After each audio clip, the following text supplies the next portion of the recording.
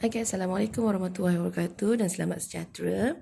Okay, dalam video sebelum ni, cikgu dah terangkan tentang hubung kait antara 4 parameter elektrik iaitu voltan, arus, rintangan dan kuasa menggunakan segitiga hukum Ohm.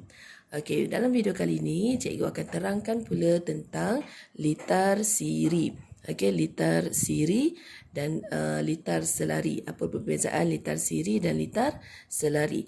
Okay, kalau kamu lihat di sini, ini ialah rajah skematik untuk susunan dalam litar siri. Okay, kita ada kita ada bateri sebagai sumber kuasa, kita ada switch sebagai kawalan, kita ada wayar sebagai medium dan kita ada mentol sebagai beban dalam litar skematik itu di dalam litar siri. Jadi ini ialah susunan dalam litar siri. Kita ada 3 mentol 1, mentol 2, mentol 3. Maksudnya kita ada 3 beban di sini dan kita ada sejenis alat yang dipanggil ammeter. Okey, ada huruf A kat situ, ammeter. Fungsi ammeter ialah untuk mengukur arus elektrik. Okey. Formula untuk mengira parameter dalam litar siri ni ada sedikit beza berbanding dengan segitiga hukum Ohm. So kamu kena faham betul-betul. Yang pertama untuk rintangan. Okey, rintangan. Jumlah rintangan J ialah jumlah, R ialah rintangan. Jadi jumlah rintangan dalam litar siri, okey, rintangan maksudnya beban yang ada dalam setiap litar. Contoh, dalam litar siri ni saya ada 3 mentol. Mentol 1, mentol 2, mentol 3. Jadi maksudnya kita ada rintangan 1, rintangan 2, rintangan 3, R3. Jadi jumlah rintangan dalam litar siri adalah hasil tambah setiap rintangan yang ada.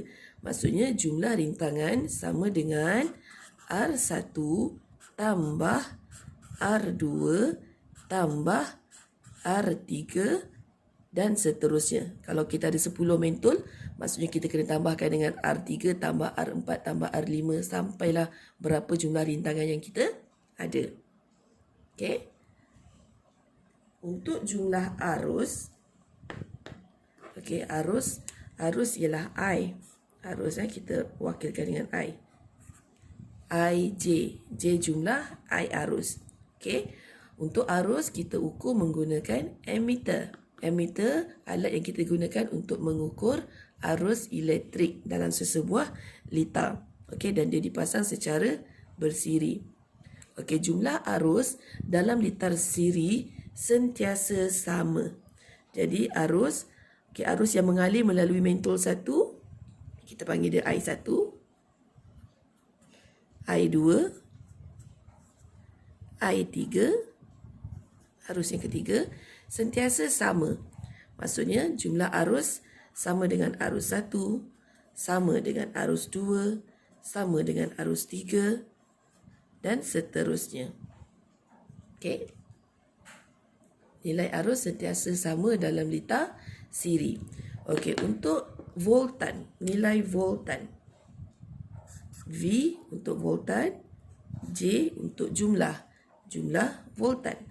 Dalam litar siri, okey, nilai voltan kita kira, voltan ni ialah perbezaan upaya. Okey, jadi setiap beban ni dia ada nilai voltan yang berbeza-beza. Okey, dan kita ada satu alat untuk mengukur nilai voltan. Okey, kita panggil dia voltmeter. Dan voltmeter ni kita kena sambungkan secara selari dengan beban yang kita nak ukur nilai voltannya. Okey. Kalau tadi A, ammeter untuk ukur arus. Kita ada voltmeter V untuk ukur voltan dan dipasang secara selari. Okey, yang ini dipasang secara bersiri. Okey, nilai voltan berbeza dekat setiap beban. Jadi, kita boleh panggil yang ini voltan 1. Okey, kat sini kita ada voltan 2. Kat sini kita ada voltan 3. Okey. Jadi jumlah voltan dalam litar siri ialah hasil tambah setiap voltan yang ada. Okey, jadi jumlah voltan sama dengan voltan 1 tambah voltan 2 tambah voltan 3 dan seterusnya. Macam saya cakap, kalau kita ada 10 mentol, kita tambahkanlah voltan 3 tambah voltan 4 tambah voltan 5 sampai voltan 10.